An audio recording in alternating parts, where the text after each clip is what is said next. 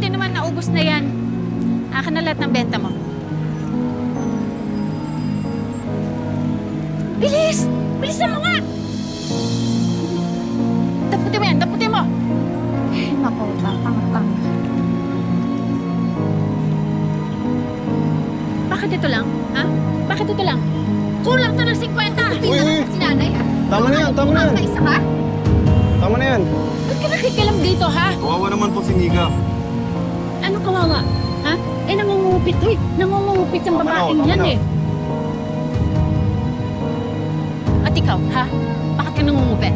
Kailangan ko po kasi ng mga pera po eh, para sa bayarin sa school.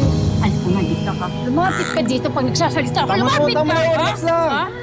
Ako ang mag-aabot sa'yo ng baon mo bukas. Tigil na po. Naiintindihan mo, ha? Ayan. 20.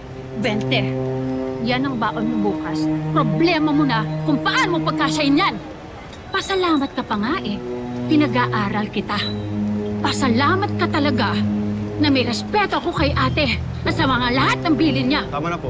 Ang mabuti pa ha, i-deliver mo na yan. Umayos ka ha.